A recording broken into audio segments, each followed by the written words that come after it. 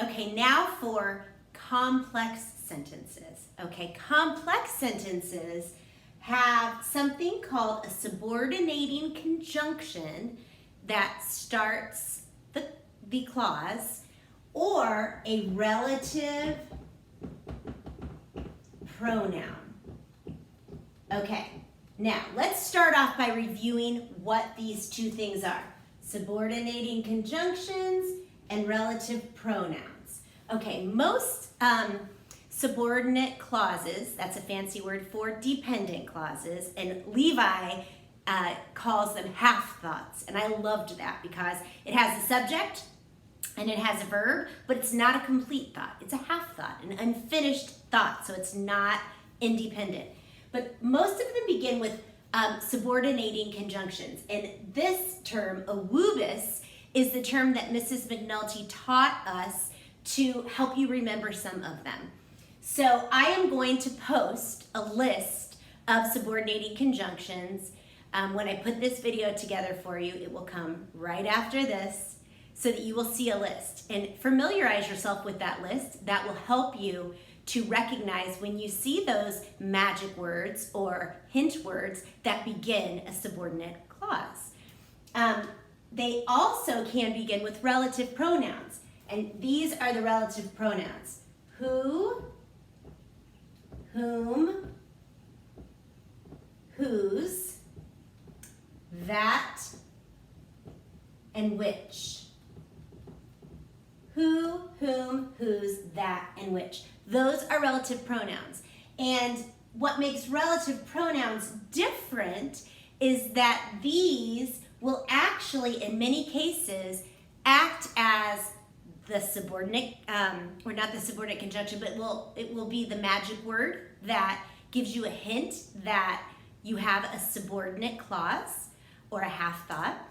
And it also, in many cases, can be the subject of the sentence. So let me show you two different complex sentences. One that has a subordinating conjunction that begins the subordinate clause, and another that has a relative pronoun that begins the subordinate clause. Okay, I'm going to erase this for now. And I'm going to write a sentence that has a subordinate clause and an independent clause. When you have at least one subordinate clause and one independent clause, you have a complex sentence. So I'm going to choose a subordinating conjunction like the word since. That's our subordinating conjunction. Since Jill was tired, comma, she went to bed. Okay, so looking at this sentence, I'm going to look for hints. The hint that I see first is this word since. Since is a subordinate conjunction, and it is what we sometimes refer to, and Mrs. McNulty referred to, as a hint word or a magic word. This word lets you know that you have a subordinate clause. Let's look after this word and see if we have a subject and a verb. Do we have a verb? Was. That is a linking verb, so we do have a verb. Who or what was? Jill was. So Jill is our subject. Is this clause, oops, I just spelled it right. Is this clause, since Jill was tired, is that an independent clause? It has a subject, it has a verb. Is it a complete thought? Since Jill was tired, no, it's not. It is not a complete thought. You can tell my voice kind of goes up at the end. My thought is not finished. So this is a subordinate clause.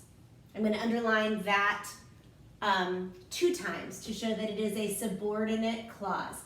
And now we'll look and see, after this comma, do we have another subject and another verb? She went to bed. First of all, is that a complete thought? Yes, it is. She went to bed. That is a complete thought. Does it have a verb? Went is a action verb. And who or what went? She. So it has a subject. It has a verb. To bed is a prep phrase. It is a complete thought. So here we have, I'll underline it once to show this is an independent clause.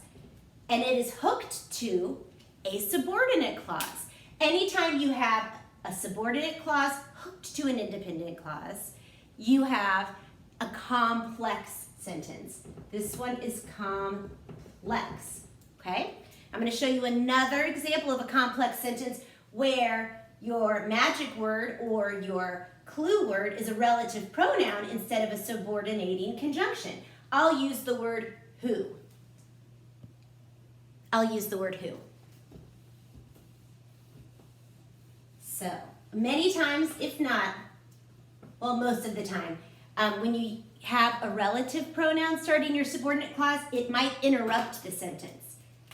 So, Jack, who is in my class, is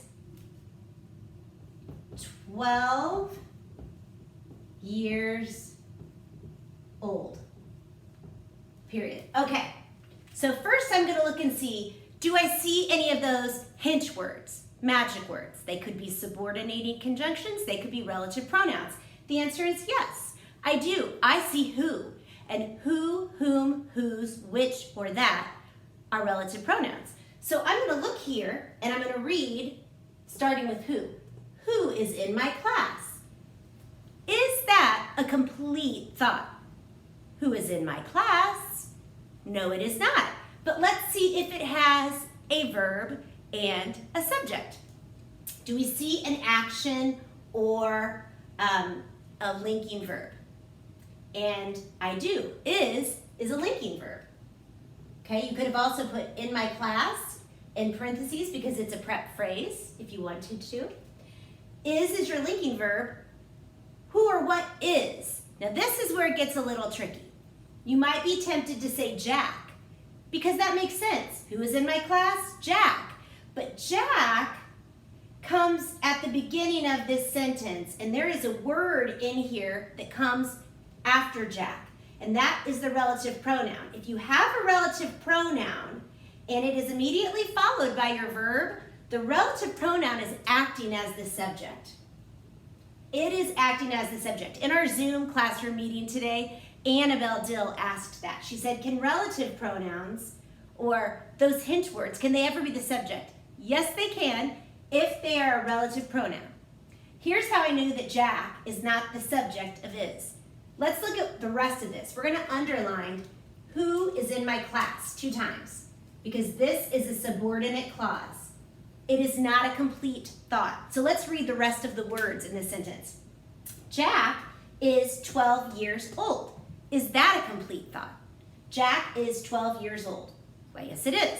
So what is the verb of that sentence? Is. This is. Down here is the linking verb. Now we say, who or what is 12 years old? Jack.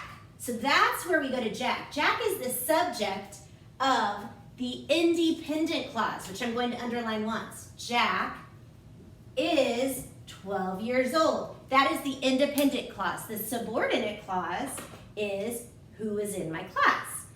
Here we have one subordinate clause and we have one independent clause. So this also is complex.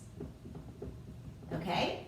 So remember, when I put this video together, I'm going to include a list of the subordinate conjunctions, and there are many.